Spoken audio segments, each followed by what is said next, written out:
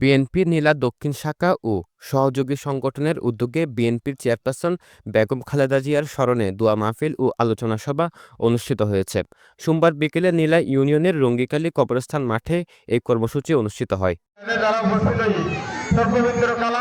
শামীম ও আবদুল্লাহর সঞ্চালনায় আয়োজিত অনুষ্ঠানে প্রধান অতিথি হিসেবে উপস্থিত ছিলেন উখিয়া টেকনাফ আসনের বিএনপির প্রার্থী শাহজাহান চৌধুরী। বিশেষ অতিথি হিসেবে উপস্থিত ছিলেন কক্সবাজার জেলা বিএনপির অর্থ সম্পাদক মোহাম্মদ আবদুল্লাহ। আমরা যদি নির্বাচিত হই 6 মাস 1 বছরের ভিতরে আপনাদেরকে বিশুদ্ধ পানি পান করার আমরা ব্যবস্থা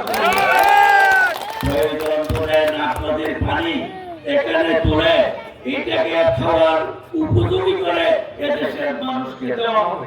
এ সময় আরও উপস্থিত ছিলেন টেকনাফ উপজেলা বিএনপির সভাপতি অ্যাডভোকেট হাসান সিদ্দিকী, সাধারণ সম্পাদক শাহাদাত হোসাইন, নীলা ইউনিয়ন পরিষদের ভারপ্রাপ্ত চেয়ারম্যান মোহাম্মদ আলী, নুরুল আমিন চৌধুরী, সাধারণ সম্পাদক আফসার কামাল সিদ্দিকী সহ বিএনপি ও অঙ্গ সহযোগী সংগঠনের নেতাকর্মীরা।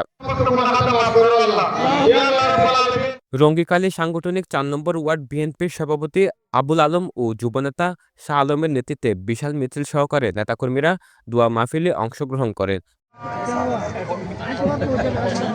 অনুষ্ঠান শেষে মরহুমা বেগম খালেদা জিয়ার রুহের মাগফিরাত কামনায় বিশেষ দোয়া ও মোনাজাত করা হয়।